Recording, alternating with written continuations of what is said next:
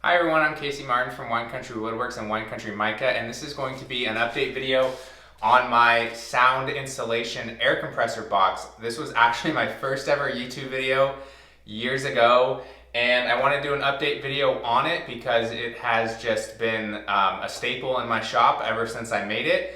I finally want to do some updated decibel ratings of the sound of my air compressor with box door open and then with it closed, and just kind of tell you all some things that maybe I would do differently, some big pros of it, which is the majority of them, and then a couple small cons, which basically just have to do with if you're using this for constant tool use rather than what I do, which is resin casting. It could cause some overheating, not necessarily that easily, but for instance, if you were using this thing 2-3 hours non-stop with this door closed, it's gonna have a tough time getting rid of all the air. I've added in holes and I'll go over all of that, but that's pretty much the only downside. But let's jump right in. Normally in my shop, this is a small temporary shop I'm in, but I used to have this hose reel mounted to the ceiling, and right now I have it mounted to the box itself. But a couple of the things that I don't think are included in my original video years ago is I ended up finding this nice, really simple, basic on and off switch which glows if it's on. And I have the air compressor power cord plugged into it on this end, and then I've got, my extension cord right there. So that makes it really nice and easy to turn on and off. I think I had this in my original video, but one of the things I did add, which I don't think I may have there, was just this little support block. And then the other nice thing, which it's hard to not have it be a spot that gets cluttered, but having the little bit of space up top is really nice and useful for things that you need to grab, or just have a little bit of workspace. For instance, I do a lot of resin casting, if you're not familiar with my channel, and a lot of the times I'll unscrew and screw in my molds right here. One of the biggest changes that I made in here, it's gonna be a little low light, basically is I don't use this fan that much anymore. If I am going to be using this, as I was mentioning earlier, for a long time, an hour or two, using like the spray gun or something that's going to kick on the air compressor very frequently, I'll turn it on and I'll blow it towards this exhaust port, which I added in. And right now in this current location in this temporary shop, it's obviously not that great, right? Because it's right up against a wall. So again, if I was going to be using this for an extended period of time, I would of course pull it away from the wall and turn on that fan. The other thing eventually I would like to do, or figure out a little bit of a better way when I'm in a more permanent shop again, is not having a jumbled up mess of air hose that connects from the compressor to the reel itself.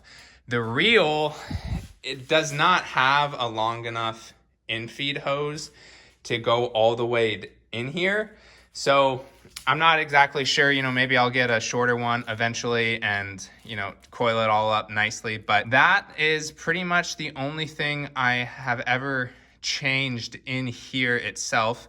So the moment that probably most people are curious about is, let's turn on the air compressor with a couple variations, and we can, it being inside door open, inside door closed. We could even pull it out, and we'll have the decibel meter going live while we do those and see how effective it is, because this thing is pretty incredible in my opinion in how effective it is. So this is with no sound. Now that I started talking, of course, the decibel meter jumped up, but if I stop talking, it should go back to around 30 or so. So I'll do that now.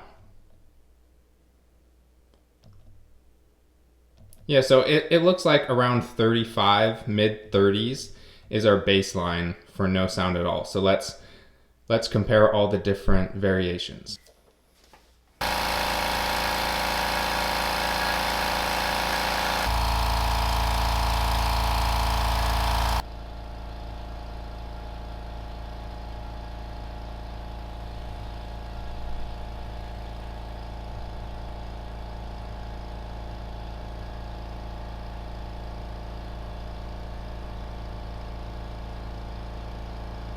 Well, everyone, I know that video was probably pretty quick, but to kind of sum it all up, a lot of the pros of this thing that I've noticed over the years is, of course, the sound, but also having a little bit of extra workspace on top. Also, another thing I forgot to mention is the wheels. Having the locking wheels on the bottom is super, super nice to be able to move this around in your shop if, for whatever reason, you plan on having it in a different place, or you need to get your air compressor out, for instance, in this temporary shop, as I mentioned, ideally it shouldn't be up on a wall, especially not the wall that the exhaust port is on.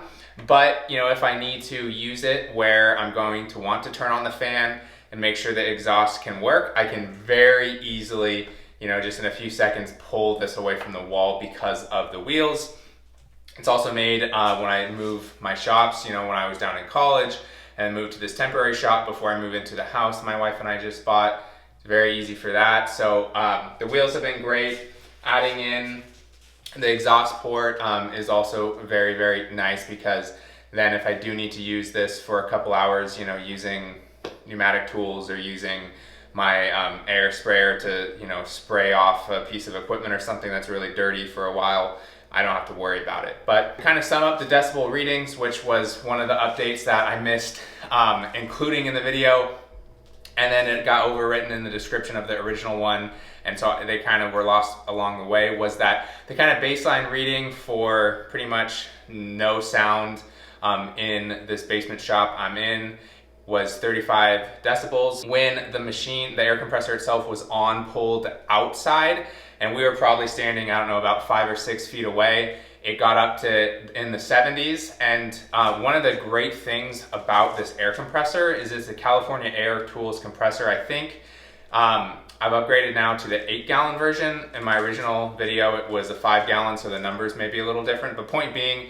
they're awesome, quiet compressors on their own. I mean, mid-70s is not bad, especially for being that close to it. But when we put it inside and kept the door open, it dropped down into the 60s. And then most importantly, which we all care about obviously, is once we close the door and latch it, it dropped down to 50, which is really, really quiet. I mean, going up 15 decibels from 35 to 50 when an air compressor kicks on, being 5 feet away, is pretty impressive in my opinion, how well this sound installation box has done. So one of the things that I also missed out on in the original video, because I couldn't find it on Home Depot's website, but I'm gonna try really hard to have in the description of this video the exact fiber board sound insulation stuff that I got from Home Depot.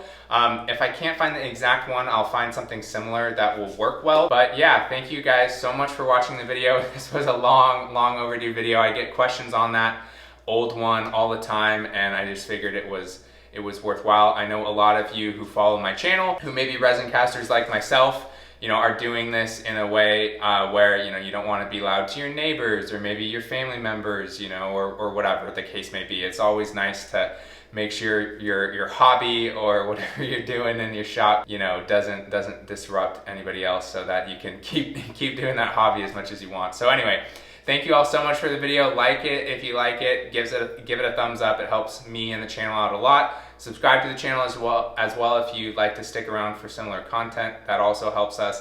So anyway, thank you all so much for watching. I'll see you in the next one.